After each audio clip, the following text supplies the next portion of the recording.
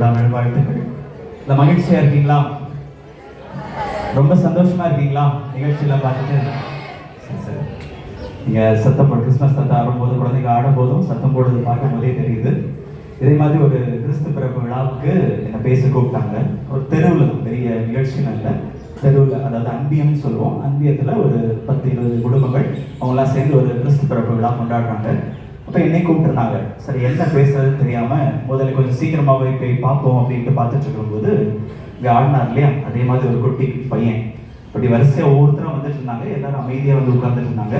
அந்த பையன் மட்டும் வந்த உடனே ஆஹா அப்படின்னு சத்தம் போட்டு சிரிக்கிறாரு.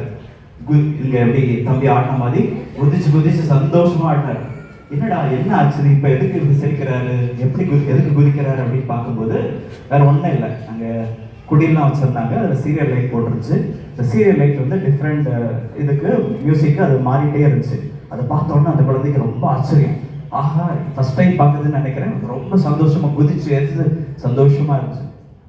இதே மாதிரி தான் நம்மளுடைய விழாக்கள் நான் கொண்டாடும். இது கிறிஸ்து பிறப்பு விழா எல்லா வருஷமும் வருது. இதே மாதிரி ஒரு நிகழ்ச்சி, கொஞ்சம் பேர் டான்ஸு, கொஞ்சம் ஒரு நாடகம், அதோட கடந்துட்டு அது அடுத்த வருஷம் பார்த்துக்கலாம் அப்படின்ட்டு நம்ம பல நேரங்கள் கடந்து போயிடும். ஆனால் அது அந்த ஆச்சரியம், அந்த குழந்தையோட ஆச்சரியம் அது பல நேரங்களில் நம்ம இழந்துடும். இது எப்போ நடக்கிறது தானே, இன்னைக்கு முடியும், அடுத்த நாளைக்கு நம்மளுடைய வேலையை பார்த்துட்டு போயிட்டே இருப்போம் அப்படின்ட்டு தான் பல நேரங்களில் நம்முடைய விழாக்கள், கிறிஸ்து பிறப்பு விழா மட்டும் இல்லை, பல விழாக்களை அப்படி கடந்து போய்கொண்டே இருக்குமே தவிர அதோடைய அர்த்தத்தை பல நேரம் புரிஞ்சுக்கிறது இல்லை. அப்போ கிறிஸ்து பிறப்பு விழா நமக்கு என்ன செய்தி தருது அப்படின்னா, கடவுள் நம்மை போல மனிதராகி நம்மோடு வாழ்ந்தார். நம்மோடு வாழ்ந்தாருன்னா நம்முடைய வாழ்க்கையில அவர் உடன் பயணிக்க வந்திருக்கிறார், நம்மை தேடி வந்திருக்கிறார் அப்படிங்கிறது அதோடைய செய்தி. எப்படி புரிஞ்சுக்கலாம் அப்படின்னு பார்க்கும்போது, இதே மாதிரி ஒரு குட்டி பையன் அங்கே அவங்க ஸ்கூலில் வந்து ஒரு குடியில் வச்சுருக்கிறாங்க. குடியில் பார்த்தோன்னே எல்லா குழந்தைங்களுக்கும் ரொம்ப சந்தோஷம். ஒரு பையன் மட்டும் ஒரு 10 நிமிஷத்துக்கு ஒருக்கா வந்து அந்த குடியில் பார்த்துட்டு அப்படியே ஓடிடும். டீச்சர் பார்த்துட்டே இருந்தாங்க, என்னடா 10 நிமிஷத்துக்கு ஒருக்கா அந்த பையன் வந்து அந்த குடியில் பார்த்துட்டு போயிட்டே இருக்கிறானே, என்ன நடக்குது அப்படின்னு சொல்லிட்டு அந்த குழந்தைய பையனை கூப்பிட்டு, ஏன்பா பார்த்துட்டு ஓடிட்டே இருக்கிற, என்ன ஆச்சு? இல்லை கடவுள் வந்து இந்த உலகத்தை எல்லாம் படைச்சாருன்னு சொன்னீங்க, அந்த உலகத்தெல்லாம் படைச்ச கடவுள் எப்படி ஒரு சின்ன குடியிருக்குள்ள வர முடியும் அப்படின்னு கேட்டாங்க. அதே மாதிரிதான் பல நேரங்களில் நம்முடைய வாழ்க்கை ஒரு சாதாரண ஒரு வாழ்க்கை, இதுல கடவுள் நமக்கு தேவைன்னா கடவுள்கிட்ட போவோம். ஆனா கடவுள் நம்மளுடைய வாழ்க்கையில இருக்கிறாரு, நம்மோடு உடன் பயணிக்கிறாருங்கிறது வந்து பல நேரங்கள்ல நம்மளால ஏற்றுக்கொள்ள முடியல. அதெல்லாம் ஒரு விஷயமா புரிந்து கொள்ள முடியல. கடவுள் நம்மை தேடி வருகிறார், நம்மோடு பயணிக்கிறார் அப்படின்னா நம்ம எப்படி ஒரு சர்ச்சுக்கோ ஒரு கோயிலுக்கோ அல்லது ஒரு மாஸ்க்குக்கோ போகும்போது இந்த கடவுளுடைய பிரசன்னத்தை உணர்றோம் அப்படிங்கிற நம்பிக்கையில அந்த இடத்துக்குரிய ஒரு சீக்ரெட்னஸ், ஒரு மதிப்போடு மதிப்பு கொடுத்து தான் போவோம் இல்லையா? அதே கடவுள் நம்முடைய வாழ்க்கைக்குள்ள வர்றார் அப்படின்னா இந்த வாழ்க்கையும் புனிதமானது தான், இந்த புனிதமாக தான் இருக்கணும். அப்போ இந்த வாழ்க்கையை நம்ம எந்த அளவுக்கு மதிக்கிறோம், அதுக்கு ஒரு மாட்சி இருக்குது, ஒரு மதிப்பு இருக்குதுங்கிறத பார்க்குறோம். நம்முடைய வாழ்க்கைக்கு மட்டும் இல்லை, நம்ம சுற்றி இருக்கிற எல்லாருடைய வாழ்க்கைக்கும் அவங்களுடைய அந்த மனித தன்மைக்கு ஒரு முக்கியத்துவம் இருக்குது. அதான் பிரதர்ஸும் சொன்னாங்க இல்லையா, எல்லாரும் நம்ம வடக்கன் அது இதுன்ட்டு எத்தனையோ பேர்களை சொல்லி மக்களை பிரிக்கிறோம். ஆனால் அவங்களுடைய வாழ்க்கையும் புனிதமானது. ஏன்னா அந்த வாழ்க்கையை தேடி தான் கடவுள் வந்திருக்கிறாருங்கிற போது ஒவ்வொருவருக்கும் அந்த மதிப்பு இருக்குது. அந்த மதிப்பை நான் கொடுக்கும் போது தான் அது உண்மையான கிறிஸ்துமஸாக இருக்கும். அந்த கிறிஸ்துமஸ் வந்து ஏதோ நம்ம கேக் கொடுக்குறாங்க, கிஃப்ட் கொடுக்குறாங்க, அது பெற்றுக்கொள்வதை மட்டுமல்ல, மற்றவங்களுக்கு அந்த மதிப்போடு மற்றவங்களுக்கு கொடுக்கறதையும் இருக்குது. இதே மாதிரி தான் ஒரு காலேஜ் முடிச்ச ஒருத்தர், அவங்க வீட்டு ரொம்ப வசதி, ஒரு அண்ணன் வந்து என் தம்பி வந்து காலேஜ் முடிச்சிட்டாரு, அதனால அவருக்கு ஒரு கார் கொடுக்குறேன், பரிசு கொடுக்குறேன்னு கொடுக்குறாரு. தம்பிக்கு ரொம்ப சந்தோஷம், எங்கள் அண்ணன் எனக்கு ஒரு காரை பரிசாக கொடுத்துருக்கிறார் அப்படின்னு சொல்லிட்டு பெருமதிப்போட ஒரு ரொம்ப சந்தோஷத்தோட வெளியில் நிற்கிற போது ஒரு சின்ன பையன் வரான். வந்து, அண்ணே இது புது காரா, பார்க்குற ரொம்ப அழகா இருக்கு அப்படின்னா. ஆமாப்பா புது காரு, எங்கள் அண்ணன் தான் வாங்கி கொடுத்தாரு அப்படின்னு சொன்னார். அண்ணன் வாங்கி கொடுத்தாரா? அப்போ நீங்கள் ஒரு காசு கூட நீங்கள் கொடுக்கலையா? இல்லை நான் எதுவுமே கொடுக்கல, அண்ணன் தான் எனக்கு முழுசா காசு போட்டு எனக்கு இந்த கார் வாங்கி கொடுத்துருக்கிறாரு. அப்படியா அப்படின்னு சொன்ன உடனே இவர் நினைச்சாரு, சரி எனக்கும் இப்படி ஒரு அண்ணன் இருந்தா எவ்வளவு நல்லா இருக்கும் அப்படின்னு எல்லாரும் மாதிரி அவன் நினைப்பான் அப்படின்ட்டு நினைச்சாரு.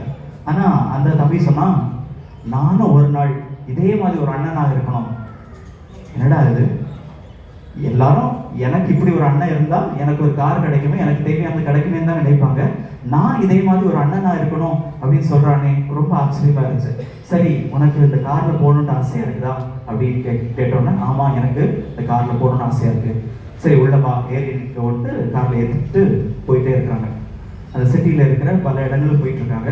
சரி, இந்த இடத்துல போதும், அந்த இங்க உங்க வீடு இருக்கிற இடத்துக்கு நீங்க வருவீங்களா அப்படின்னு கேட்கிறான் அந்த பையன். சரிப்பா அங்க போகலாம். அது போகும்போது அது ஒரு சின்ன குடிசைகள் நிறைந்த பகுதி. இங்க சிட்டியில கிறிஸ்துமஸுக்கு நிறைய ஸ்டார்ஸ் அதெல்லாம் போட்டிருக்கிறாங்க. அந்த கிராமத்துல எதுவுமே இல்லை, ரொம்ப ஏழைகள் வாழ்ற இடம். இவங்க அப்படியே போயிட்டு இருக்காங்க. அப்ப நினைக்கிறாரு, சரி இந்த மாதிரி ஏழ்மையான ஒரு இடத்துக்கு என்ன கூட்டிட்டு போறான்னு என்ன நினைச்சு கூட்டிட்டு போறான். நான் கார்ல வந்து இறங்குறத என் பக்கத்து வீட்டுக்காரங்கெல்லாம் பார்க்கும்போது எவ்வளவு பெருமையா இருக்கும் அப்படின்னு நினைச்சுதான் என்னை கூட்டிட்டு போறான். சரி சரி அவன் சந்தோஷமா இருக்கட்டும் அப்படின்னு சொல்லிட்டு காரை ஓட்டிட்டு போறாரு. அப்ப வந்து ஒரு இடத்துல இங்க நிறுத்துங்க அப்படின்னு சொல்றான். நிறுத்தின உடனே அந்த படி பக்கத்துல நிறுத்துங்க அப்படின்னு சொன்னா நிறுத்தியாச்சு. உடனே அந்த பையன் மேல ஏறி ஓடி போறான். எங்கடா போறான் அப்படின்னு பார்த்துட்டு இருக்கும்போது தன்னுடைய தம்பிய கையில தூக்கிட்டு வரான். தம்பியால நடக்க முடியாது. கையில தூக்கிட்டு அப்படி கீழே எடுத்து கொண்டு வரான். அப்ப தம்பிகிட்ட சொல்றான், அங்க பாத்தியா அங்க ஒரு கார் இருக்குது இல்லையா, அந்த கார்ல தான் நான் வந்தேன். அந்த காரை அவங்க அண்ணன் அந்த தம்பிக்கு புதுசா பரிசா ஒரு காசு இல்லாம வாங்கி கொடுத்துருக்குறாங்க. நானும் ஒரு நாள் வளர்ந்ததுக்கு அப்புறம் இதே மாதிரி உன்னை ஒரு கார் வாங்கி தருவேன். வாங்கி தந்து உன்னை அந்த கார்ல கூட்டிட்டு போய் அந்த சிட்டியில இருக்க, நீ இங்க இருக்கிறதுனால அந்த சிட்டியில போடுற ஸ்டார்ஸ் அந்த லைட்ஸ் எல்லாம் உன்னால பார்க்க முடியல. நான் உன்னை அங்க கூட்டிட்டு போய் அந்த ஊர் ஃபுல்லா உன்னை சுத்தி காமிப்பேன். நீயும் என்ன மாதிரி அந்த உலகத்துல இருக்க அதிசயங்கள் எல்லாம் பார்க்கணும்னு நான் விரும்புறேன் என்று சொன்னானா. நம்முடைய வாழ்க்கையிலும் பல நேரங்கள்ல பெறுவது நமக்கு ரொம்ப சந்தோஷமா இருக்குது, ஆனா கொடுக்கிறது இன்னும் அதிகமான சந்தோஷம். கடவுள் தன்னை முழுமையாக நமக்காக கொடுத்தாருன்னு சொல்றதுதான் கிறிஸ்துமஸ். நாமும் நம்மை பிறருக்கு நம்ம செய்யற நல்ல விஷயங்கள் வழியாக, நம்ம ஒவ்வொரு நாளும் செய்யற நம்முடைய பணிகள் வழியாக, நல்ல வார்த்தைகள் வழியாக, சந்தோஷத்தோடு மற்றவங்களை பணி செய்வதன் வழியாக பிறருக்கு நன்மை செய்து நாமும் கிறிஸ்துக்களாக வாழ முடியும். நம்முடைய வாழ்க்கையை புனிதப்படுத்த முடியும், மற்றவருடைய வாழ்க்கையும் புனிதப்படுத்த முடியும். அதுதான் கிறிஸ்துமஸ் நமக்கு கொடுக்கிற அழைப்பாக இருக்குது. அப்படிப்பட்ட புனித வாழ்க்கையை நாம எல்லோரும் வாழணும். எந்த ஒரு வேறுபாடும் இல்லாமல் எல்லா மக்களும் மகிழ்ச்சியோடு நிறைவோடு வாழணும். அதுதான் கடவுளுடைய விருப்பம். அந்த விருப்பம் இந்த இறையாட்சி இந்த மண்ணில் நிலவணும்னு சொல்லிட்டு உங்கள் அனைவருக்கும் மீண்டும் ஒருமுறை கிறிஸ்து பிறப்பு விழா நல்வாழ்த்துக்கள்.